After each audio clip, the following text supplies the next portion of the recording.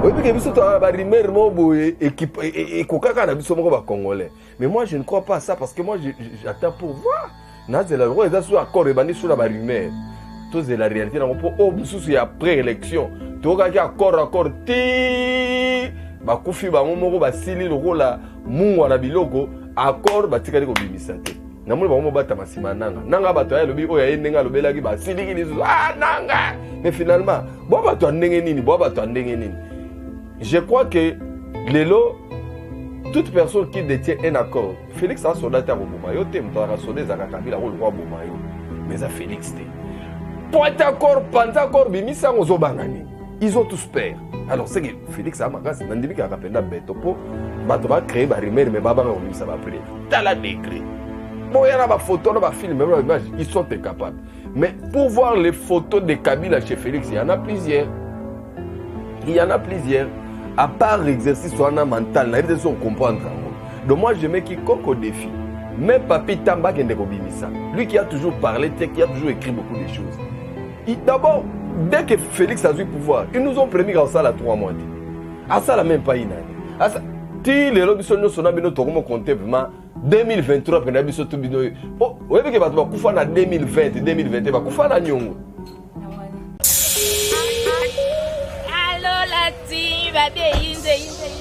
Atoza chez Agnès Business. Balobi atote karabiloko à qualité ni faraya toujours chez nous Agnès Business nde makambo. Babi awa toza na cotille, toza na makayabu, toza na viande, toza na makoso, toza na poisson, toza na huile, toza na semoule, toza na loso do nyonso oyo koluka awa ezali na prix ya se. Agnès Business. En tout cas, la prix na biso est vraiment abordable. Tous en a biloko ya bien, presque l'article non sur le cas. Au maya froid, au makoso, mbisi, sternum. Donc en tout cas, tout est quand on a pris à malam. Venez nombreux à tout ça ta réduction. Donc on sommes ba carton et belé tout c'est l'eau réduction et après. Nous a tout justement en avenue Lumumba numéro 6168 derrière il y a aéroport et Ndolo. Makata lopango na bashino bateka ba vitre badenga ngo wai. So outil triangle ozo kende vers côté ba kwaka ba bloco na Ndolo. Toza wana. Venez nombreux, toza juste na limité awa. Donc awa nde balobi makambutu OK. En tout cas soko yo za la décidé, vous avez bien servi. Bon patapata te awa nde chez Agnès Business toujours tokos. Garant de l'indépendance, de l'unité nationale et de l'intégrité territoriale, je réitère mon engagement constitutionnel de défendre la patrie jusqu'au sacrifice suprême. Voilà, mbote na balandi nyonso ya Tindika télévision, vous continuez à s'abonner massivement à Tindika télévision. Mais kabino toujours ba information bien ba actualité ya kitoko. Na pesi mbote nanga na refin ki sombe na papi keli ba boss nanga ba obazali kanisa ko sala Tindika télévision na boss note mama Jeninda ya Kaembe. Mama social, mama ya bana ebele, mama wazaka na likanisa ko sunga bana mboka na boss nyopete madame Dido Gamala motek ba parfum solo ya mama Dido Gabana et puis wana. Sans oublier Charles Mbongo contre Mbongo agence sur na Londres. Luka Lucas na Taya Jésus et puis wana. Le vrai Njilo a papi ya tunga ba mbote na bisika ozali na kati ya Londres. Balandi ya Tindika kande to misana na idéologie ko ila bino ba actualité zo tambola na mboka na biso. Toza bongo awa na Saint Thomas to sola na par rapport ya ba makambo zo le kana mboka na biso. Mbote Saint Thomas. Bukamu na buka kukila Saint Thomas ngai mbote na yo mama Neli Bolumbe. Mbote na balandi ya Tindika refait qui sombe papi Kelly la direction toujours et week-end bon week-end na batno so balanda biso. Voilà Saint Thomas pesa biso mo analyse na yo aussi par rapport ya voyage ya président Félix ke bon na Angola précisément na kati ya Luanda to éviter ake kaka ko continuer ko tambola pona ko luka kimia ko tana est to eza pona nini. Bon soki pona kimia ko tana est on est depuis président de la République musala sala wana et ba déplacement na ça a déplacer selon agenda na Et peut-être les Congolais, belé ba éviter président angolais d'Azali médiateur na conflit à biso na Rwanda parce que tout le monde conflit RDC M23 mais ça a conflit RDC Rwanda et mtaka médiateur ezaka président Joao Lourenço et on a bomo na tango comme mambo kovanda na mesa bomo na ezaka ye na Kagame Joao Lourenço na katikati et boye bape que parlement angolais otaki ko valider que 500 éléments angolais baya na RDC pour la masolo a cessé les faits par rapport à la violation multiple à Rwandais. Alors, il y a le président de la République, le chef de l'État, Félix Antoine Tshisekedi Tshilombo Fachi Beton, donc il est là à la rapongité parce qu'il prétend que les Congolais, nyonso au bazana Est, il faut retrouver le droit d'abord, en fait, bazana droit faire les kanama ponamidou. Il faut qu'on s'en à tout prix pour que Nyonso et les Kapenza malam quoi. Voilà. Merci. Voilà, Saint Thomas. Saint Thomas, toujours continuer quand on a des questions d'actualité. Na biso, tout le monde qui bongo Noël Tiani, azo continuer quand on a des démarches na pour la loi na ye ou aluka qui etiama. Azo continuer quand on a des démarches na loi na ye wana to éviter. Idée n'est vraiment pour la loi. Oh, si le loi est biti na idée à loi ya loi na ya Tianité premièrement. Aza congolais, comme tout congolais, il a bien réfléchi pour nous verrouiller la poste à souveraineté et mboka na biso. Alors démarche na ezali que ba député ba rendre comme la loi. Alors je crois qu'il y a qui pour visiter le bureau et l'Assemblée, particulièrement président de l'Assemblée nationale Christophe Mbosso, accompagné bien sûr d'un député Oyo à sa propriété qui a travaillé sur l'ONA, Ntingi Pouloulou. Et je crois que tout ça dans la session ordinaire il y a 2023. Et je crois peut-être l'ONA soit dans la session, du moins le bureau est dans la connaissance. Peut-être débat nango et koko banda déjà ce qui est salami na ordre du jour il y a parlement il y a session thé je crois session il y a septembre na banze koraté mais pour l'instant c'est ce que nous tous nous voyons et Noël Tchani na lingna longola batebele na mutu makanisi baza nango démarche ya Noël il y a Noël Tchani ezali pona individu Moïse Katumbi te premièrement wana ngai na bisaja ba Katumbi te mais ye azali ko viser plus loin par rapport à venir il y a garantie à bana na biso ba koko na biso na ba génération ekoya na sens que biso lokola tozali République démocratique du Congo et kozala normalité mutu moko bazana ba nationalité moko confuse to il y a solo TP azali d'origine T parce que moi je ne vois pas comment pays le la RDC il fait à la diriger na mutu moko bazana ba nationalité moko mosaïque sous prétexte que ba de père et de mère va diriger bien T même ba de père et de mère so va diriger bien T ce n'est pas un problème il y a un individu soit-il avec ba nationalité multiple bien ba nationalité moko confuse aya oya komi ko diriger RDC. Donc moi je crois que démarche il y a loi Tiani et sali normal. Quant à cas particulier à Moïse Katumbi, yé loi Tiani ou pas loi Tiani, nazo mon place ya comme le président de la République na mboka na bisoté.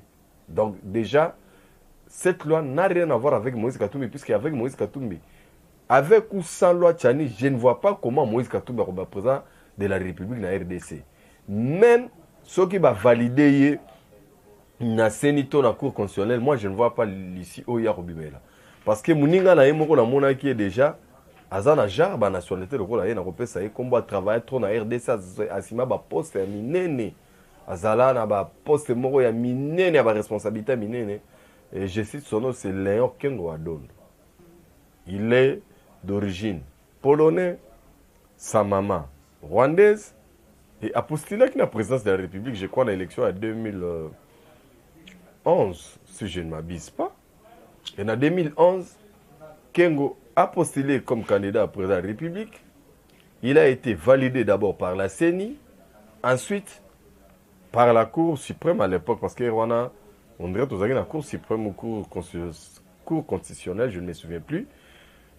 Mais quand lui-même a eu à récolter ce qu'il avait vu, je crois que deuxième tour, il n'était pas postulé. N'épargner. J'ai parlé de Kengo par rapport à la couleur. Il y a pas. Mais il y a encore un autre.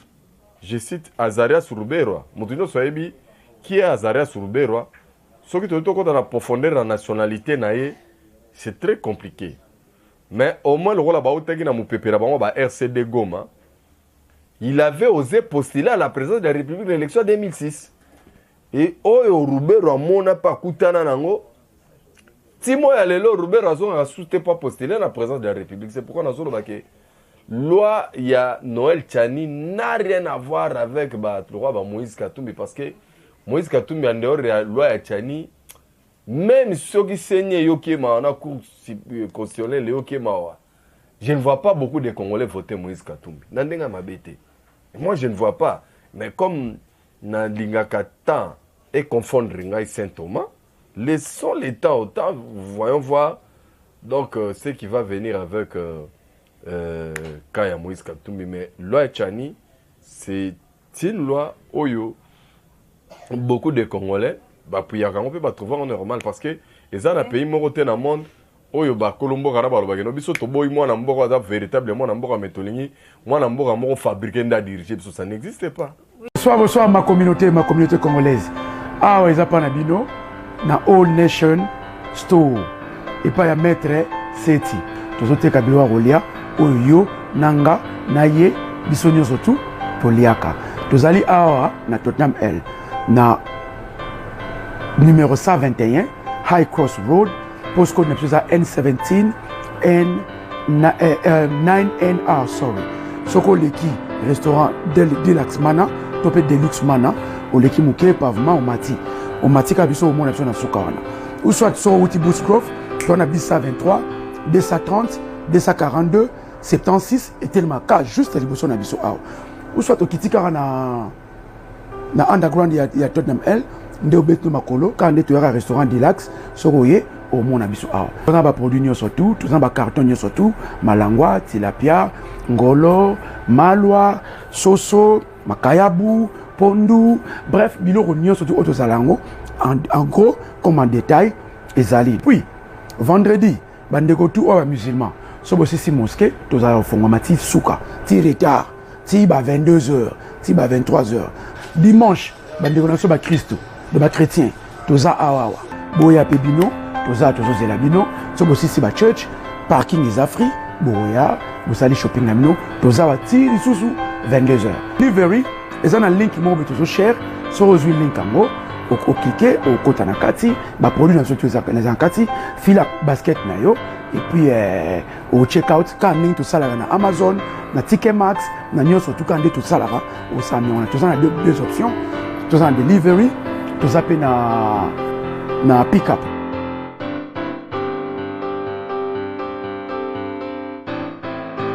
Thomas. Oui, président de l'Assemblée nationale, Christophe Mbosso a Yambaki Noël Tiani pour la proposition toujours et à loi on a le bic et comme Mbalami Balé de assurer que non à comme mango l'Assemblée et pas honorable député. La plénière oui. Bâtir en haut de 10 jours.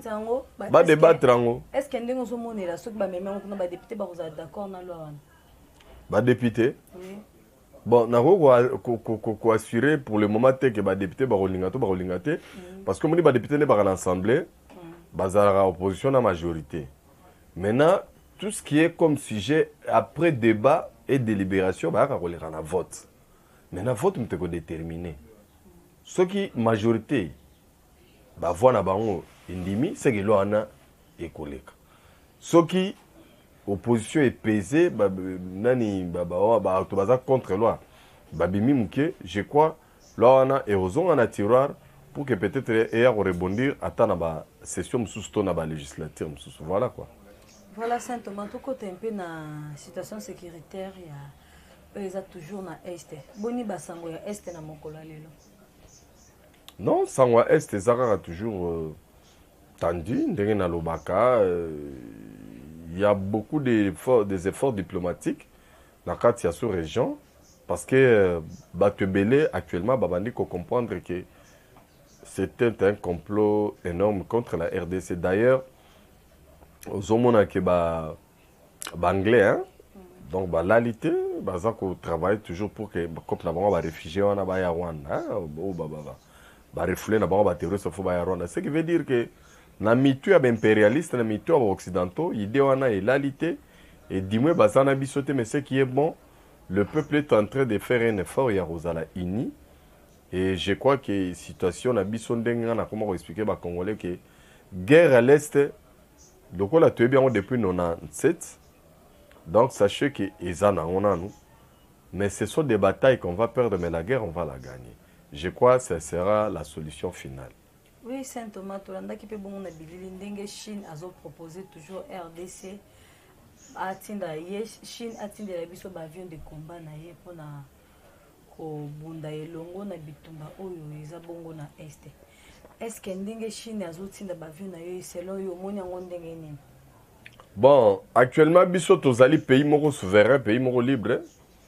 Mais na lisolo na ya Chine a tinda avion na ye na étudiant on a 100%. Premièrement, Chine a quoi kabela so avion te premièrement routine de voilà. Donc Chine et a été pour biso RDC tous en moi c'est qui toko Chine fa ndo kabela biso te. Mais nous avons levé l'option à équiper armée. S'il y a des spécialités na bavia il y a ba chinois qui to somba yango ezala ya biso. Moi je ne vois pas un problème parce que il n'y a pas que la Chine. Actuellement, RDC a payé belé en matière d'armement pour renforcer l'équipement militaire pour se mettre dans barran. Parce qu'il faut que RDC a un retard par rapport au complot. Il y a Mindele, Occidentaux, Rwandais, tout contre Bisso. Côté de Bisso, surtout si tu as présent, Fatiti, na zone de place, lever embargo. Pour y avoir trop et tous les présidents d'abord effort il y a des gens qui armés à tout moment c'est parce que la plupart travaillent sur faiblesse armée na biso et les lots armée wana elingi zo forme armée wana pour de forme nango bazo mesurer capacité armée par rapport à moyens na bango d'abord ya ba troupes hein nombre de militaires le nombre de troupes c'est très important et na deuxième point ezali capacité matérielle et armée wana pour compter en et puis exploit oyo ba ouais on sale là na matériel wana parce que il y a des armées au monde ba matériel mais ba na personnel qualifié té capable té ata na guerre les gars na Ukraine wana ba tout ba ninga batindela ba Ukrainien biloko mais biloko mingi ezo ata pour nani parce que il faut ba instructeur ya pays wana ba suba na relaxa ba Ukrainien ndenge na komania biloko wana et ça prend aussi du temps ya moni na beta c'était mingi pour na sunga ba congolais belé baza na mikusa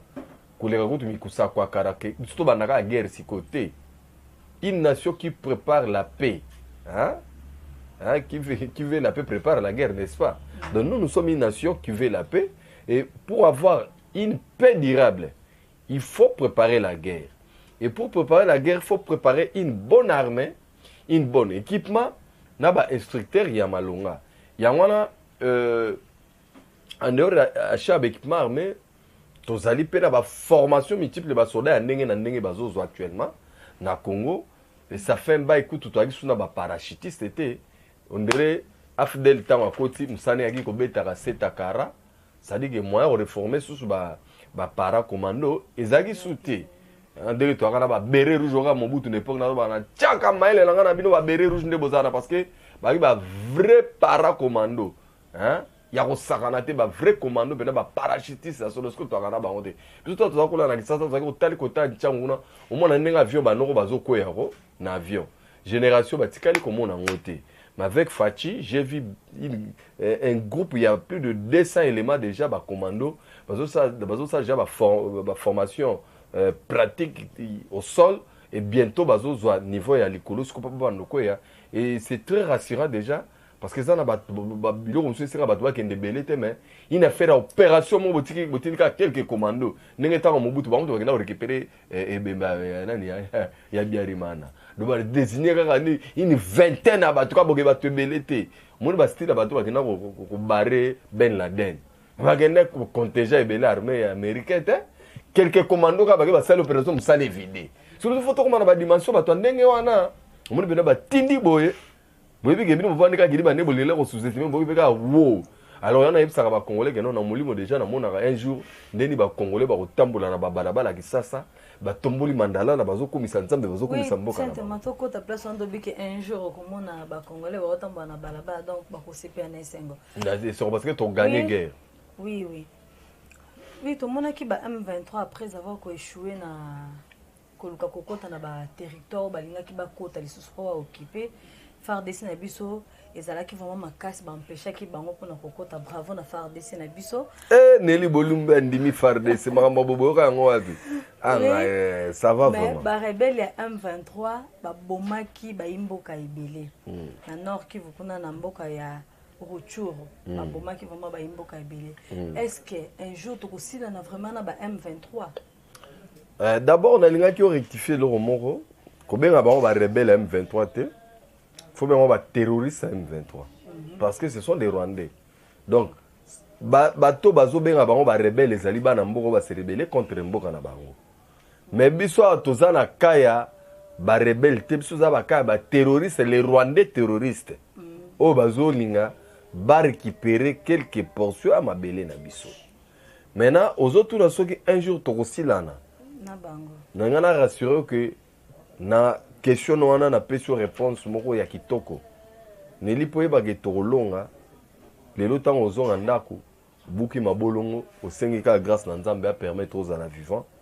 au mona mambo yoleka façon tolonga non parce que ngana yebi ke elonga eza ya biso voilà quoi voilà saint Thomas toujours continuer kaka kala te toujours comme na suka émission na biso mais selon ba rumeur moko zo tambola na mboka selon barimère wana ezotambola na ndenge ezotambolela na cercle politique bazoloba ke président Félix azoluka kosala lisusu alliance ya sika na ex-président aute kolongwa na kombo ya Joseph Kabila président Félix azoluka kosala lisusu alliance ya sika na ye mpona koluka kimia ekota na este po balobi ke par rapport ya ndenge président Félix et Joseph Kabila azalaka atambusaka mboka tokaka vraiment moi bitumba oyo ezalaka makasi boyete naloba na kosobo yo zalaka te bayimboka bazoloba oui balobi président Félix azoluka kosala alliance lisusu ya sika yo moni bakosio c'est sous Joseph Kabila gome kweyaka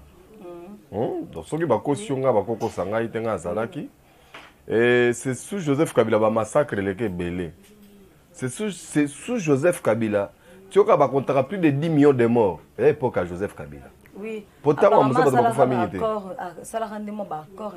Mais d'accord, ni la sala d'accord à balkaniser RDC. Ça accord mon côté sala ya malam. D'accord à sala ya ko balkaniser RDC. Et effectivité accord wanande banoko balinga ba kokisa ngonde sikoyo. Donc au moni député Tolubaki abakangi ya tuti wanata. Quand il y a député dans l'accord, il y a Joseph Kabila. Parce que ce n'était pas des Congolais. Donc, si vraiment nous sommes aujourd'hui trahis totalement, premier traître, c'était d'abord Mouzé Laurent Désiré Kabila. Maintenant, traître, bon, on a bien traître, mais complice national, c'est Joseph Kabila. Parce que l'accord, nous sommes opposés sur les problèmes sérieux, c'est lui. C'est Joseph Kabila, nous avons rendu effectif. C'est grâce à Joseph Kabila, parce que Moussa Benga Bangot. Souvenez-vous, Moussa Benga Bango. Alors, Roubert a comme vice-président Nambogo, c'est grâce à Joseph Kabila. Roubert a comme plusieurs fois ministre Nambogo, c'est grâce à Joseph Kabila. Il est parti à Roubert qui est membre à FCC. C'est grâce à Joseph Kabila. Donc, il faut. Yango Batebele. En fait, Congolais, difficulté, tu as un bossa na tu as une mémoire très courte, il y a un bossa rapide. Il y a un moni, et lobby au les a rumeurs, bon.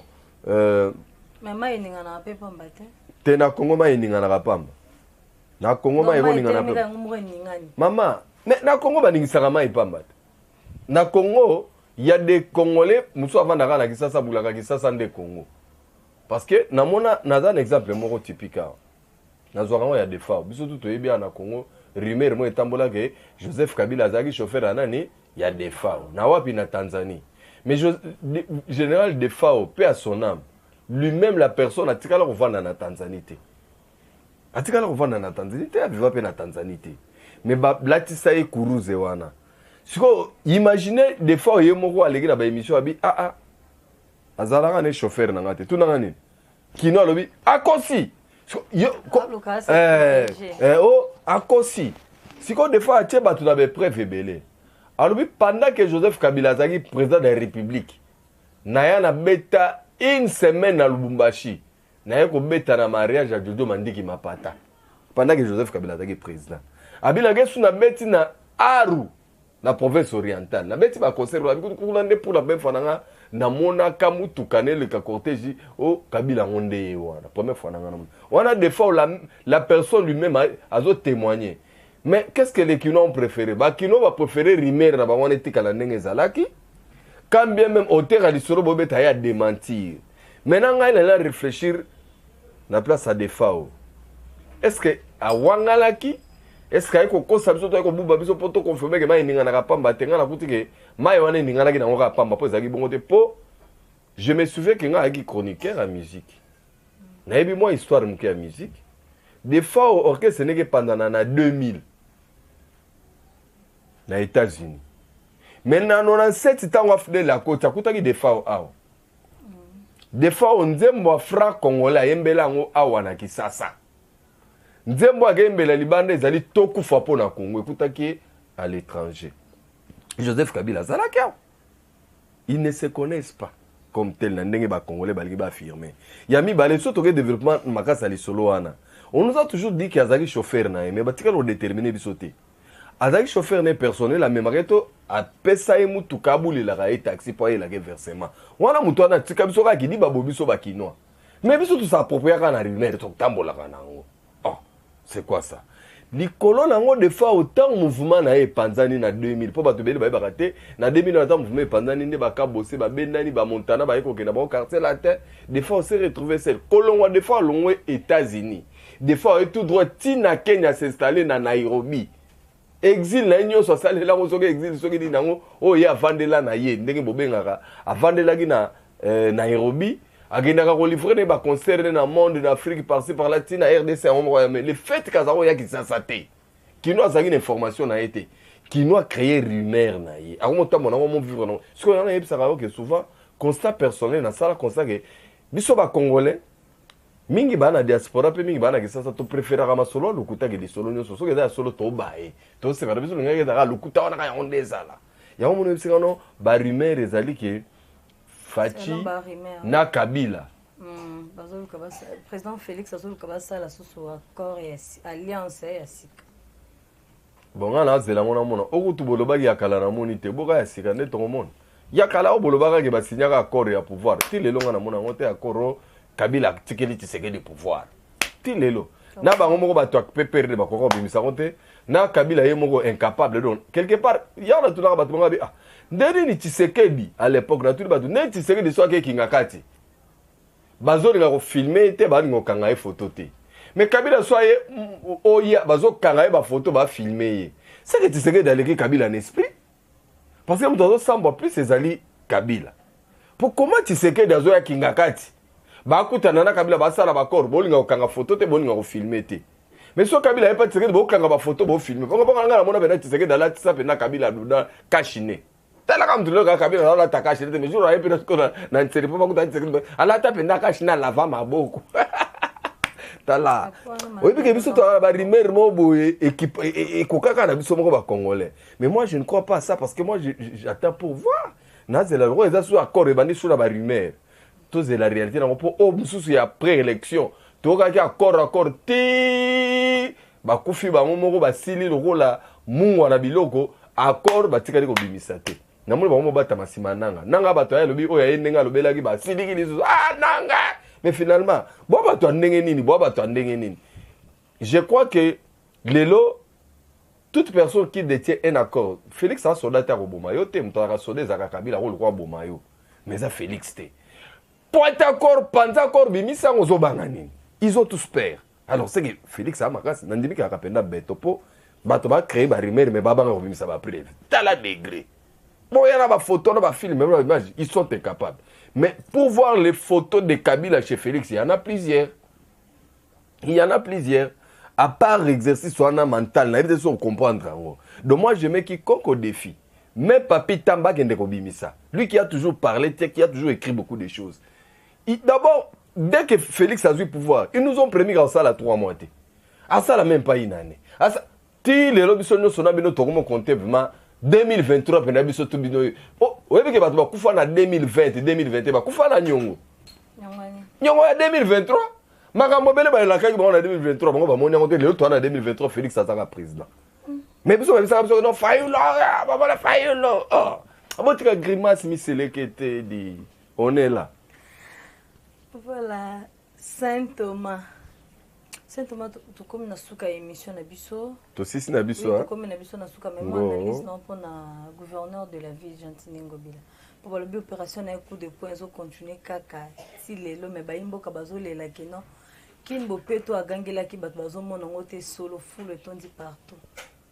Bon pourquoi Gentini Ngobila na mo tout na nga ramener trop. Donc ba kino tout baza mécontent na Gentini Ngobila. Boke n'est pas ba député provincial à Kinshasa. Si bon na Gentini Ngobila zo régner et Zaranguya zo zont pas ba député provincial à Kinshasa. Baza ba éli na bino bino do pona ba député provincial à Kinshasa. Boke ne kolele la ba on pas ba doléance na bino. Excuse mais le reste oyo Ngobila zo sala lokola musala na ye. Moi je prends ça en compte il fait son temps. Merci. Na ba na répondre hein. Donc Ngobila zo sala tana ye. Ndenge tokaka ba taya ba Jacques Mbunda mudikela buka pe fort. Yo na ebite so zala gira ajli ba pero da o. Jacques Mbunda mudikela abuka batu na ebisi bino Jacques Mbunda pero da gouverneur bondi makututi. Il a fait son temps. Kimbuta tango yaki na ya salita na ekuta la kelina nani libulu manzengele. Batutu ba peut-être parce que ba bosa ta ya Kimbuta la kelaka libulu manzengele tali mwana mwa koti na mai wana ndenge za libulu mboko yo bunga sute. Mais Kimbuta lelo sa l'équipe ça na kuta bunga. Donc il avait fait son temps pour l'état de Kimbuta place on est correct ko bunga te pembo ke ko bunga te. C'était l'état de Kimbuta. Mais lelo place en bongi. Ngobila lelo il est fier parce que Elenge Cécile. Boko bambe mabanga zando pe na moni ba tonga donc novembre ba inauguré.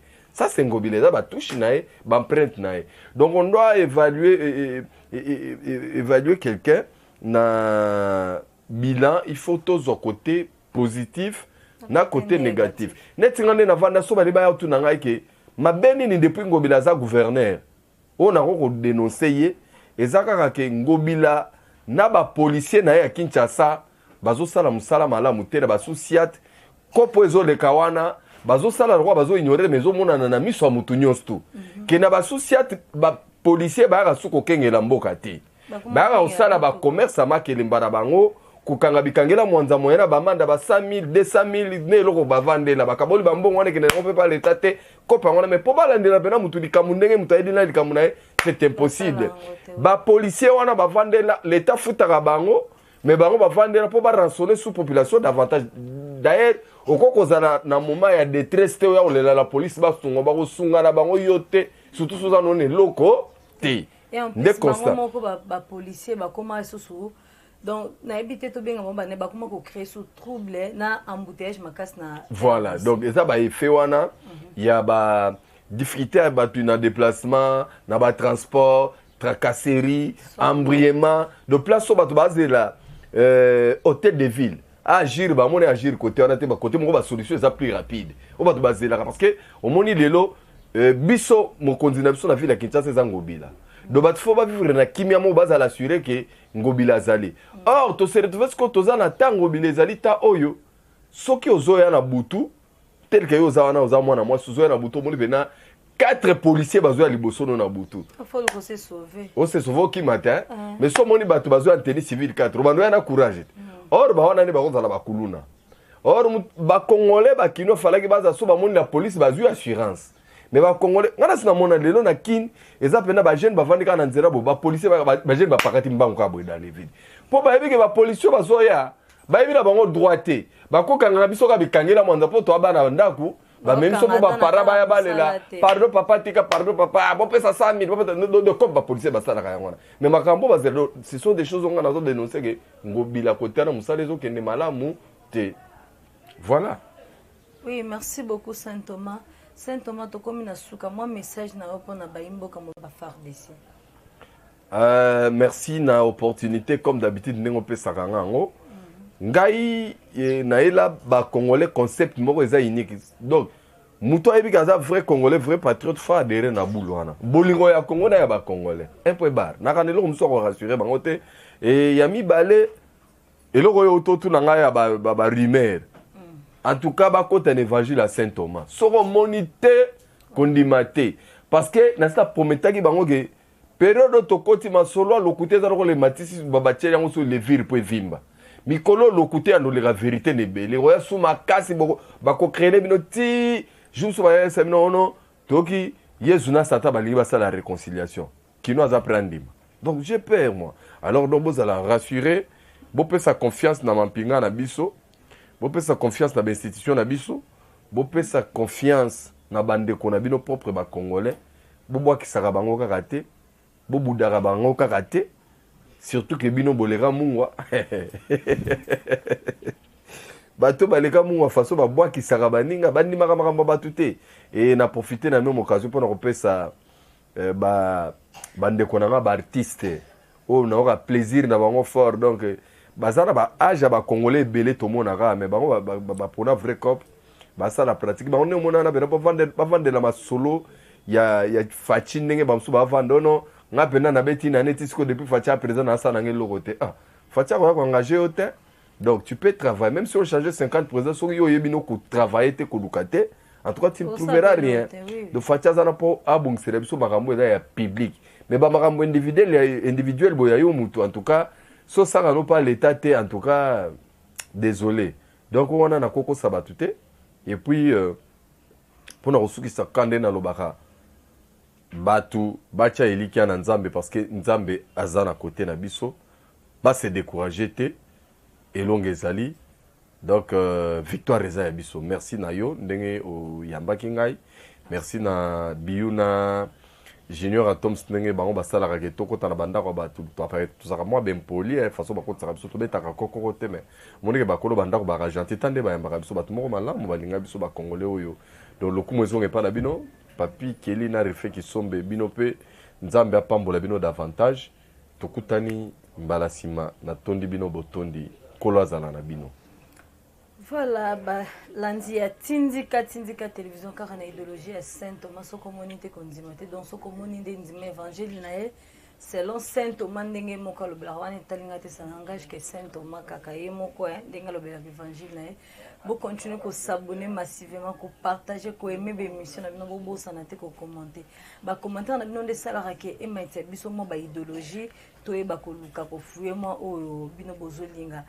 Na bosente ko pesa mbote na balandi monene ya Tindika télévision ni Clet Malé message nzanza la balandi ya Tindika sans oublier Randy Ikomo et pas abongo molandi ya Tindika Dani Nzua na madame Mbaya je suis Tibwabwa et pe ngwana papa e bana ya pe ngwana na bosente ba bébé na ngai Joslia Kassia na Splendeur Elohim balandi ya Tindika tokutani prochainement merci bye.